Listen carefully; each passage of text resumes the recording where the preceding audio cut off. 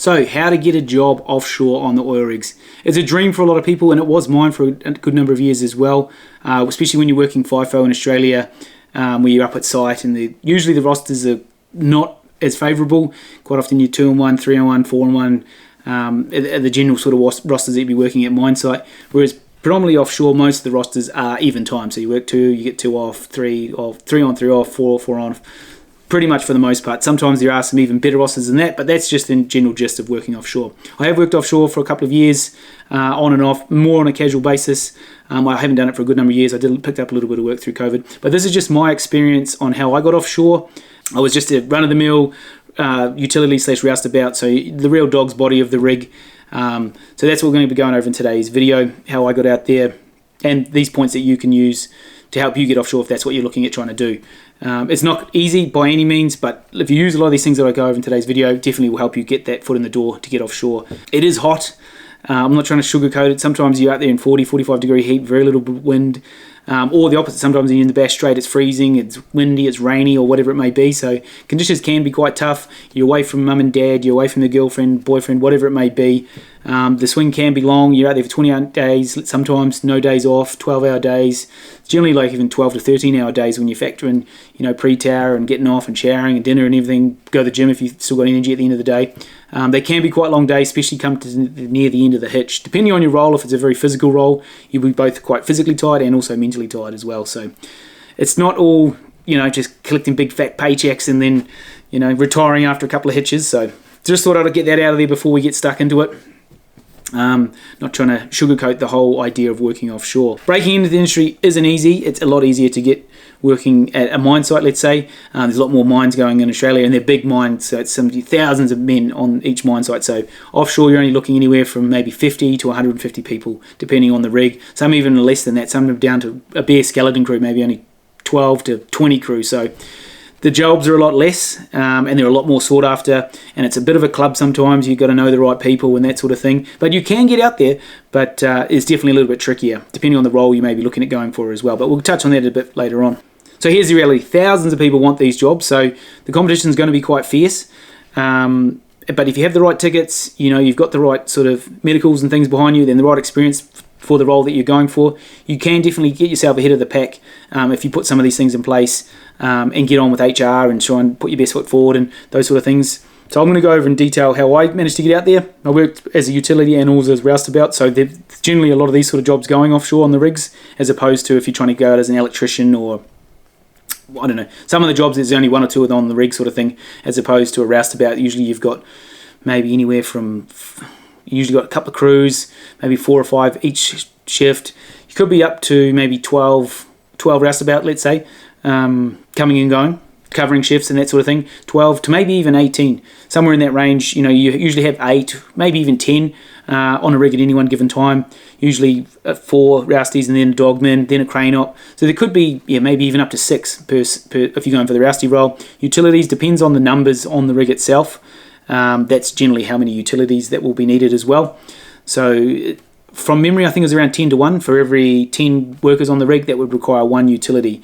And then you also need chefs as well, but generally maybe 1 or 2 chefs, maybe 3 chefs, a head chef and 2 other, a breakfast and a dinner chef, maybe half a dozen new different utilities. So there is a number of these sort of jobs out there. Once again, they're very sought after as well, because you don't need as much experience. If you have experience on shore, then that carries offshore as well. So where is majority of the work? Majority of the work, from my experience, was in WA on the West Shelf. There's a number of different rigs up there. I'm not too sure exactly how many rigs are off there now, but I think when I was up there it was about 30 or 40, give or take. There is a bit of work in the Bass Strait that sort of fluctuates a little bit more, and also off Darwin as well. There's a number of different rigs and vessels and things off there as well. So there is definitely a lot of work going in Australia, a little bit in New Zealand as well. This video is more focused to Australia, let's say, but you could use this in New Zealand or anywhere else you may be looking at working offshore. But I'm only familiar with Australia as such. I've done a couple of tows from Singapore, but that was supporting Australian projects off Barrow Island when that was initially starting up. So I'm only familiar with this part of the world. I haven't worked in the North Sea or anything crazy like that, which you'll probably come across some of these guys if you do work offshore. In the North Sea, everything's bigger and colder or harder or whatever it may be. So yeah, that's the general vicinity of where most of the work is. If you're looking at, so if you're living in Perth, then you've got a good shot there. If you've got some experience and you've got the right tickets, at least you're living in the right state for where most of the work is. Some of the tickets that you must have in order to get offshore. Now this changes over time. There seems to be more and more tickets they want that you must have. Now I just paid for all my tickets myself. Some people try and get the companies to pay, depending on the role. If you're just going for a utility role or a roustabout role, highly recommend investing in. If you're serious about this, you spend the money. It's going to cost you maybe $2 or $3 grand, probably more actually these days. Might even be $3 or $4 grand. To get that BOSIET ticket, or T-BOSIET, which is the helicopter training, helicopter simulator training if you're going out to the rig, and worst case scenario, the helicopter has to touch you down in the drink, and how to escape from the helicopter so you don't just drown. So that's the general gist of it. It's usually a 2-day course. There's a number of different places in Perth that run this course, or all over the country. Like I said, it is quite expensive, but if you're trying to get offshore, it's definitely worth getting that ticket. You may need to get your MSIC card, which is like your offshore sort of security clearance. Now, this is a bit of a tricky one to get sometimes, because quite often employers will help you get this, especially if it's your first landing a gig out there. Once you've got it, you kind of got it for, I think it comes in 3-year blocks from memory, but it's quite tricky to get that without a job offer, because generally you need a job offer in order to get that. So it's a bit of a chicken and egg scenario for the MSIC. So that's another tricky one to get. Now, medicals is another one. There's an offshore standard medical called the OGUK medical. And they won't let you on the helicopter without this. Generally, it's just to test your overall fitness and health and everything, to make sure that you're not going to be a liability on the rig. Because you do have a paramedic or a doctor sometimes on the rig, maybe 1 or 2 of them. Sometimes they might also work in the radio room or alongside the radio room guys. But yeah, they don't want to send anyone that's overly unhealthy out there as well. It's getting people on and off the rig can take half a day, and you're flying helicopters in and flying helicopters off, and so they generally try and keep the workforce in pretty good shape that are heading out there. Now, it's also helpful if you have transferable skills.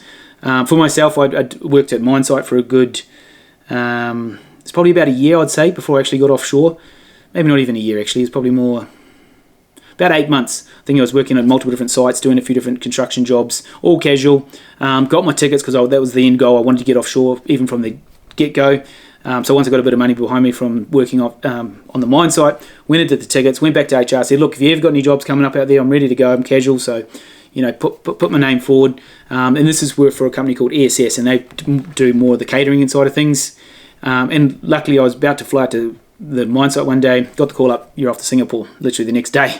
So you've got to be ready to go at a moment's notice as well, if you are looking at trying to get offshore. If you land that first gig, to get that foot in the door, definitely take that first gig, because getting that first swing or two under your belt, and then if you go out there with a good mindset and you're friendly on the rig and everyone likes you and that sort of thing, not everyone likes you, but you don't want to be one of those negative people on the rig. Get out there, get stuck into it, whatever it may be, whatever role you're doing. The biggest thing is, especially working offshore, is being friendly. Like, you're working in a very tight confinement. No one likes working with, people that are hard to get along with. So just have a chat to people. Cause quite often you're going to be sharing a room with maybe 2 or 3 other people. So the living quarters can be quite cramped at times. You have very little personal space. So if you're someone that enjoys your own personal space, I definitely don't recommend working on the rigs. So like I said, sometimes there may be 4 in a room. You got your own little bunk, maybe a little curtain there, and but that's about the extent of it. I used to quite often go to the gym just because I like this. It felt like my own little personal space to go to the gym. Depending on the roster you're running, quite often I have the gym to myself. And usually they're like outside or underneath the heli deck, or you can wander around the heli deck and some of the views you get out there, some of the best sunsets you'll ever see in your life. And the marine life sometimes around the rigs is out of control. You get whales and things coming past certain times of the year, and sharks and everything. It creates almost an artificial reef beneath the rig, which is quite cool. There's definitely some highlights out there, and that's one of them. So we've touched on the basic, what you need, the tickets, where the work is, transferable skills. So like I said, I was going out as a utility or a roustabout, having those skills that you worked on land, they also transfer offshore as well. But that's whatever your role may be. If you're an electrician or health and safety, or you're a driller or whatever you may be, it's a big difference from drilling on land to drilling offshore though. Not that I ever made it to driller level, but I was roustabout, and I'd sometimes relieve off the drill floor and that sort of thing, talking to those guys when I was doing the roustabout role. But I only did probably maybe half a dozen stints on the roustabout role, and then I sort of started phasing that out. And I only picked up a few hitches during COVID, just because our business here in Japan was pretty much dead in the water, so I had to go back to work for a little bit. Did a few hitches, which was great. It got me some cash flow just to get us through those couple of years. But I haven't been back since 22, so I've been out of the game for a good 3 years, let's say now. And hopefully I don't have to go back, but it is good money. But it is definitely, it's a pros and cons. You know, you're away from your family, especially now I have a young boy, he's 4 years old. I'd miss him a lot, and I think he would miss me. I'd hope he'd miss me. So there's definitely the pros and cons to it. It is good for making good money, but you're away from your family. You're going to miss a lot of anniversaries, birthdays, weddings, whatever it may be, Christmases. You could miss a lot of that. But then on the flip side of that, you're only working half a year, let's say. So you've got 6 months off. But that's when people can also get into trouble because they get a bit bored at home and those sort of things. So, but yeah, you do get a lot of time off as well. So that's good in that regard. And now where you want to start applying, there's a number of different companies. I'm just going to sort of rattle off a few names here depending on the role that you're looking at going into. Seek, like I mentioned in another video, we were trying to get into just general FIFO work. Seek's a great place to start. Put in the parameters and see what comes up. Looking for offshore, entry-level work, whatever it may be. And then there's major operators, especially in Perth itself. You got Woodside, Santos, Chevron, Shell, Inapex. A lot of these sort of big companies, oil companies, have their offices in Perth. You can drop by them, but they're a little bit hard to get in and have a chat to those people without a prior. If you don't have any appointments or anything, that sometimes you might not get past the front desk. So definitely that's a little bit of a trickier way to go. I've worked for a number of different. I've worked for Atlas. I worked for AOS. I've worked for Sodexo. I've worked for ESS. So I've worked for about 4 different operators, and 2 of those were for on the catering side, and then a couple of those were more for on the roustabout side. So yeah, there's a number of different operators. If you want to go for more of that operator role, where you're rousty or crane op or dogman or one of those sort of things, then you start with Atlas or Program Marine or something along those lines. Also, the marine route is you would have to probably be, you do have to be part of the union. I have done a bit of marine work myself, only a few hitches, probably maybe 3 or 4 marine hitches on the vessels, and you need to be part of the union generally to be out there. Sometimes you meet the odd person that's not part of the union, but generally 9 times out of 10 you have to be part of the union to be out there. I learnt that one very quickly when I went out to the first vessel and I wasn't part of the union. So definitely it's a bit of a tricky one to navigate that, but if you want to work those marine jobs, generally you'll have to be part of the union, the MUA, which is quite a fierce union. And once you're offshore, definitely, depending on the role, whatever you may be looking at getting into, start networking. You're going to meet some really nice people out there. Generally, most of the people out there that last any length of time, they're generally quite good people. Very similar sort of life backgrounds or whatever the people, and a lot of people have been out there for a number of years. You might meet people that have been out there for 30, 40, 50 years, especially once they get to the higher levels, the OEMs and all that, the main operators on the rig. They've been like Korea. They've been out there for a number of years. So if you're wanting to sort of, pivot into a different role or whatever it may be, like I said, I started as a roustabout, as a utility, and then I went and had a chat to a couple of the other guys and I said, look, I'm pretty keen to get on the floor, start running around after the crane. They sort of told me, get these tickets, you're going to need your high risk tickets. So I went and got those, got your working at heights, got your basic rigging, scaffing, dogging, these sort of tickets. And then from there, I applied to a roustabout role. Luckily, I got on quite well with the OEM on one of the rigs, and he put my name forward for Atlas. And then within maybe 2-3 weeks, I managed to get my first hitch as a roustabout. Pretty much the same sort of money as a utility, maybe slightly more at the time. I think I can't remember. But the work was a lot harder. Definitely, you're running around after the crane, and especially the new bloke, you want to be putting your best foot forward. But that was definitely a big opener for me.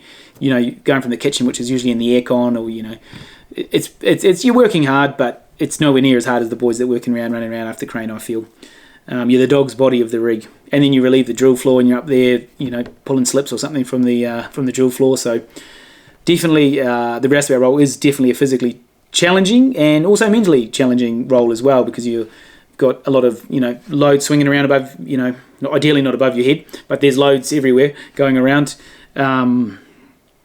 It can be a lot of backloading, onloading, depends on what part of the project's on, or it's quite an active day some days. You always get a guy or two in the crew that sort of somewhere they can never be found when you need them. So don't be that guy. Be there, ready to go, chip in, dog the crane, whatever it may be. A lot of guys don't seem to dog the crane. They like to just get on the tagline and just not do a hell of a lot. So that's where I sort of thrown in the deep end a little bit, just dogging the crane. It's all fairly new to me, but you sort of pick it up as you go. So what to expect when you work offshore? The food is, in my opinion, I think the food's amazing. Some of the best food you'll ever have, especially working in like FIFO or anything like that. The budget's generally a lot higher, especially if you're working on a rig that's producing. If it's a drill rig, they're a bit more rough and ready. Budgets aren't quite as much. But if it's on a producing rig, those are some really good contracts to get on if you can. Generally, they're a bit more sought after. The drill rigs are a bit easier to get on. There's a lot more drill rigs and they're finishing off jobs or exploration or whatever it may be. But there are a lot of older rigs as well sometimes, and I don't know, budgets aren't quite as much. But yeah, generally the food's good.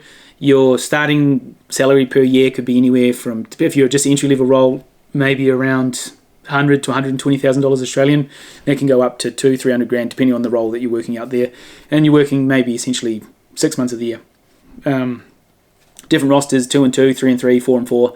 Some of the marine jobs are 5 and 5.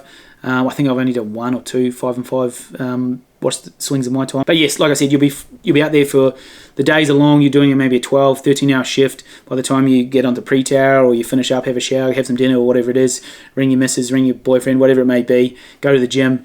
You know, you're constantly sort of like, I've only got 7 hours and then I've got to get it back up again. So it's a bit of a delicate one. You've got to sort of manage your health while you're out there. You want to be as healthy as you can, ideally going home not absolutely whacked from the swing, because it can be quite physically and mentally demanding being out there. Depending on your role. If you're just more in the office, not as bad. But if you're running around after crane, that is quite a physically challenging role. Even for a young, fit, healthy guy, you by the end of the day, you've earned your sleep, let's say. But yes, for me, I think I was working for about 8 months in total on land before I actually went off to working offshore. Then I did a few stints offshore, did a couple of tows from Singapore, then did a couple of hitches back on land, and then went back offshore again. So I was sort of jumping between offshore and onshore, depending on where the work was at the time, but always favouring the offshore work because that's generally where the better money was, the better roster. And it was some good day rates back then on the casual. It was around $750 a day. I think the day rate now is more $850, $900 a day Australian. So the money was exceptionally good. You are paying a lot in tax, so factor that in as well. Everyone thinks, well, you're on ungodly money, which you are on good money. But you are paying a pretty hefty tax bill at the end of the year, especially if you're working a full year. If you're only picking up the odd hitch here and there, the tax won't be as bad because you've only worked a couple of hitches throughout the year. But if you're working a full year, and if you're casual, maybe you might be not taking your full R&R and then you're going back out again. It can add up quite quickly, and then the tax can add up quite quickly. I've worked with crews all over the world, so it's a quite diverse crew out there. You'll be working from people from the Philippines, from the UK, a lot of Aussies, a lot of Kiwis, which is great. It's a nice sort of multicultural place to be on the rig, and generally most people out there are pretty good sorts. Well, and that's in my experience. Sometimes you'll be stuck in one of the room with someone that's snoring or something like that, but that just comes with it. Take earplugs, sleep with earplugs on. You'll do a lot of weekly fire drills and things, so that sometimes can be wait in the middle of your night depending on when your shift is. So that's another thing you've got to be mindful of as well. But definitely have those goals when you're going out there. If you're going out there, try and set some money aside each pay or whatever it may be to put towards a house or whatever it may be. Don't just frit it away on nothing, because it is hard work, and it's not something I think you'd want to do forever. But it's something great if you just want to get your foot in there and save some money and put it towards something else. Then I think it's a fantastic opportunity, especially in Australia. It's definitely worth going out there, and you can go out there with very little experience. Now that's pretty much going to wrap it up for today. If you've got any questions or anything I've covered off on, drop it in the comments below. I'm sure there'll be something that I've missed, but yeah, hopefully that gives you a bit more insight in trying to get your foot in the door offshore. Till next time, we'll catch you in the next one.